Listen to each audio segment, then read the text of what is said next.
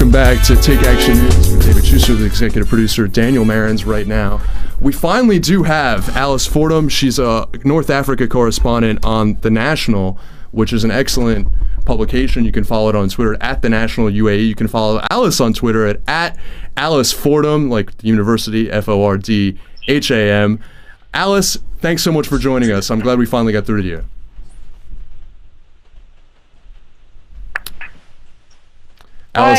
Alice, hi. Hi there.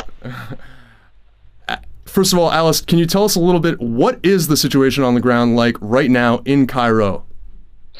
Well, the situation's calmed a bit from what it was like about a week ago when things looked like they could get really violent. I'd say that what's happened is that the city is very divided in Cairo, and that we're seeing still big demonstrations by both the supporters of the deposed president and the people who called for his downfall.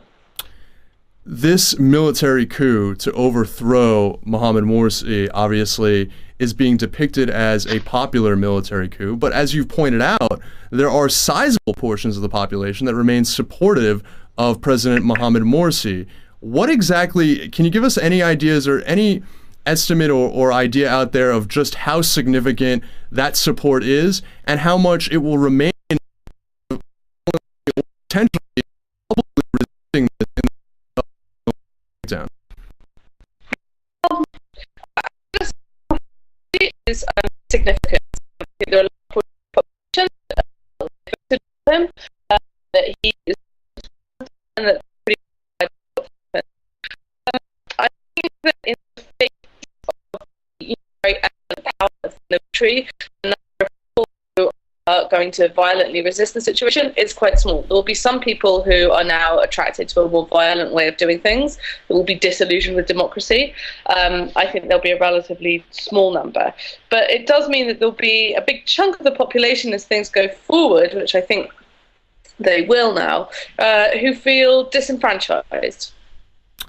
Alice, one of the things that you are working on is about sort of the Islamist response to this. And of course, there's a lot of ambivalence, I think, in the American public and the United States about this entire development, because there's a feeling on the one hand that America supports free democratic elections, on the other hand that America kind of hates or is extremely suspicious of Islamism and believes that it's antithetical to American interests.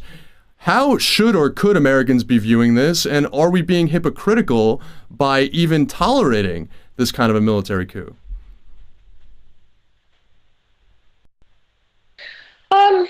Well, I think that the what has happened here, I think, has highlighted some assumptions that are made often in the American discourse, which might productively be questioned. A lot of the people who supported what was a military-backed deposing of the president were the kind of people that in America are sometimes looked on as the democratic good guys, secular people, liberal people, people who are anti-autocracy, to some extent kind of centre-right maybe in their views, whereas the people who were democratically elected, who've been kicked out, are Islamists.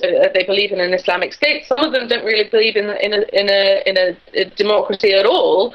They just see an Islamic government as like a step on the way to an Islamic state ruled by clerics, essentially.